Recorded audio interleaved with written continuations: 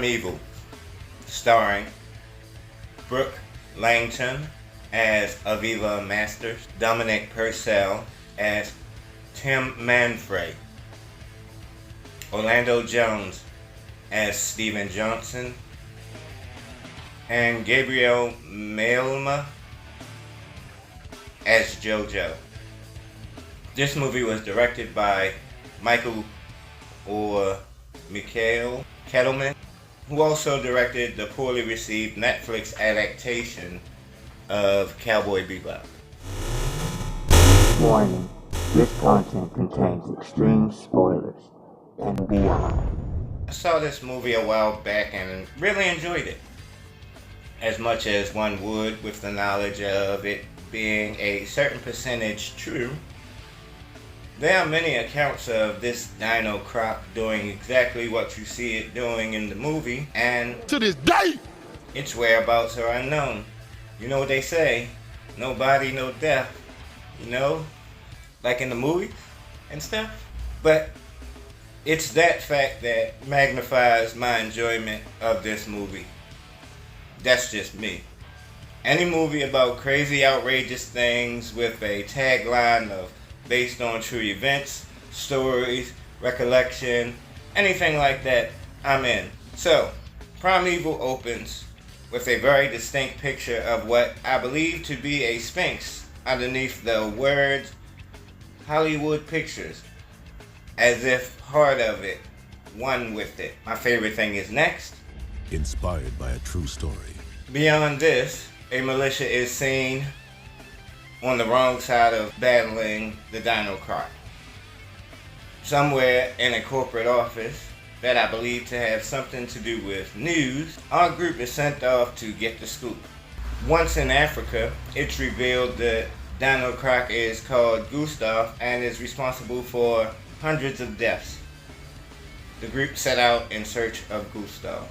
In addition to this giant croc, Gustav, there's a warlord the folks call Little Gustav, also terrorizing the land, leaving the villagers caught between the jaws of a giant man-eating crocodile or a vicious warlord, seemingly competing on their kill count.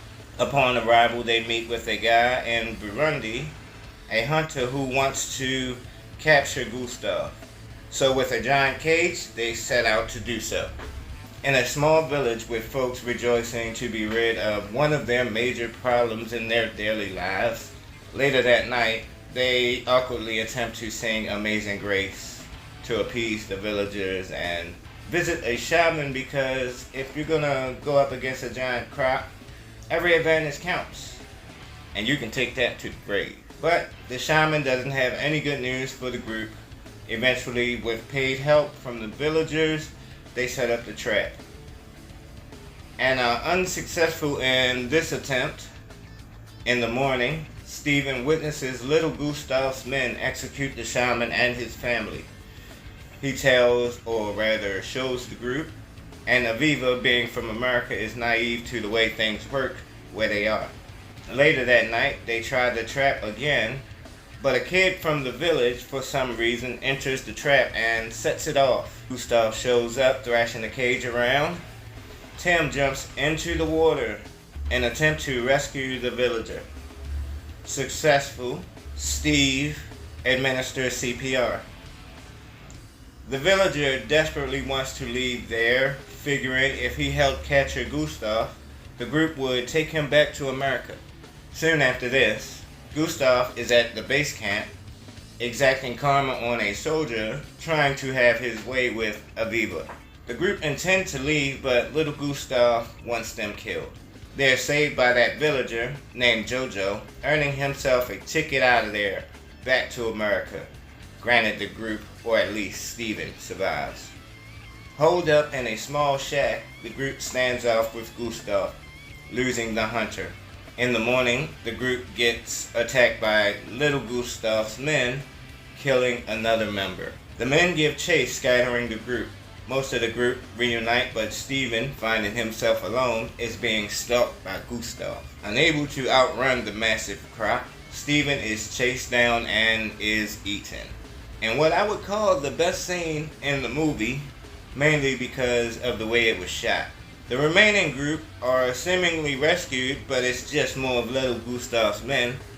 But this time, it's little Gustav himself, wanting the tape of the shaman and his family being executed. By nightfall, they are escorted to find the tape, which was with Stephen.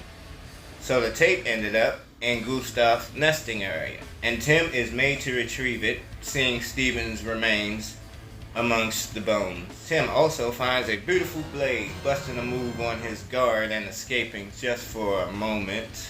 Little Gustav then shoots Tim, wounding him, then is promptly eaten by Big Gustav, showing him who really runs things around here. Tim, Aviva, and Jojo attempt to leave, narrowly escaping Gustav with their lives. Next we see them on a flight back to America, alive and well. Real world information about the establishment of a ceasefire between the Burundi government and the Hutu rebels is shown by the usual words on screen at the end of most movies based on true events. Also, a final kill by Gustav, who at the time of this movie was still alive. I'd say this movie was fine. No bad acting. Some of the CGI was bad, but it had it where it counted. And it wasn't long and dragged out. Primeval gave us a look at the terrible circumstances folks in that area at that time had to live with, which should show you and me that it's not so bad here after all. I'm Ron Stringer. Hound at me about something else some other time. Subscribe.